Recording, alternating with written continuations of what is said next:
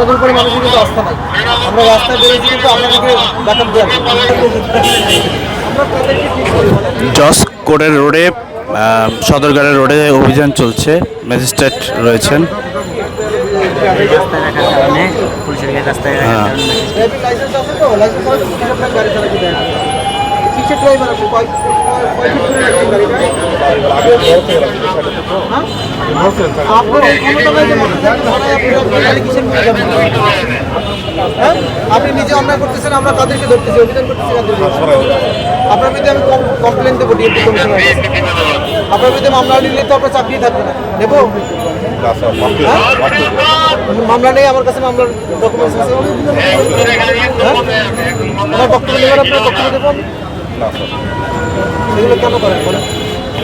আমি এখানে স্পটে আসার আগে কতগুলো পুলিশ অফিসার আপনাকে গিয়ে বলছে, তারপরে পুলিশ আপনাকে গাড়ি ভালো হন, বুঝছেন? ভালো হন।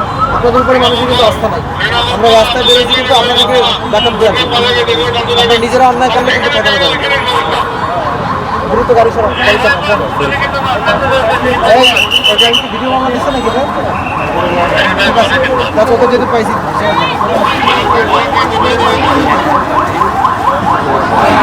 এটার জন্য জানতে